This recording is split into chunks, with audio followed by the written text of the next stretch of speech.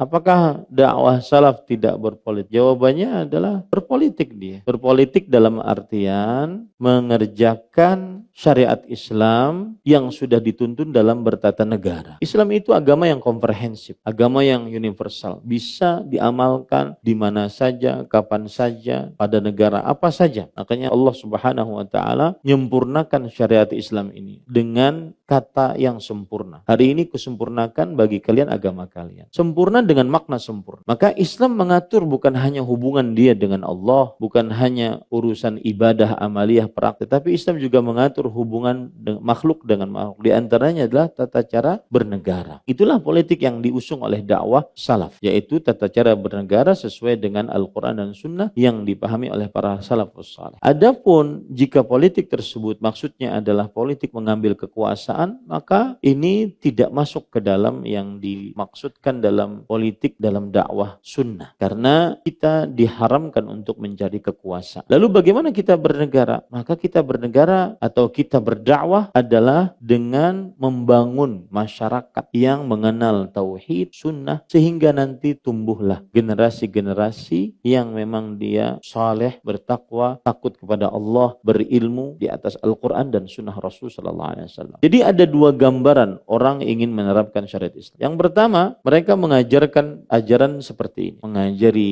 umat dengan Al-Quran dan hadis dipahami oleh para salafus saleh. Dan ini perlu perjuangan, perlu waktu, perlu kesabaran, sampai akhirnya nanti kaum muslimin benar-benar ridha dengan Allah sebagai Rabbnya, ridha dengan Muhammad sallallahu alaihi wasallam sebagai nabinya, ridha dengan Islam sebagai agamanya. Ada konsep kedua untuk menyebarkan syariat Islam, yaitu memegang tampuk kepemimpinan dahulu. Baru setelah itu diturunkan syariat Islam di dalam. Dan di tengah-tengah kelompok-kelompok pergerakan Islam, tata cara ini belum menghasilkan. Ada kelompok pergerakan Islam yang hampir satu abad tidak menghasilkan apa-apa, tidak ada satu kisah pun yang bisa dilakukan. Tetapi ketika contoh yang dilakukan oleh Nabi, para sahabat di dalam berdakwah yang didahului dengan tauhid, didahului dengan cinta sunnah, memerangi bid'ah, memerangi kesyirikan, maka ini menghasil. Tetapi memang dia memerlukan effort yang kuat, usaha yang gigih, ikhlas, sehingga tersebarlah dakwah Al-Quran dan Sunnah yang dipahami oleh para salafus saleh. Itu berkaitan dengan kekuasaan dan politik.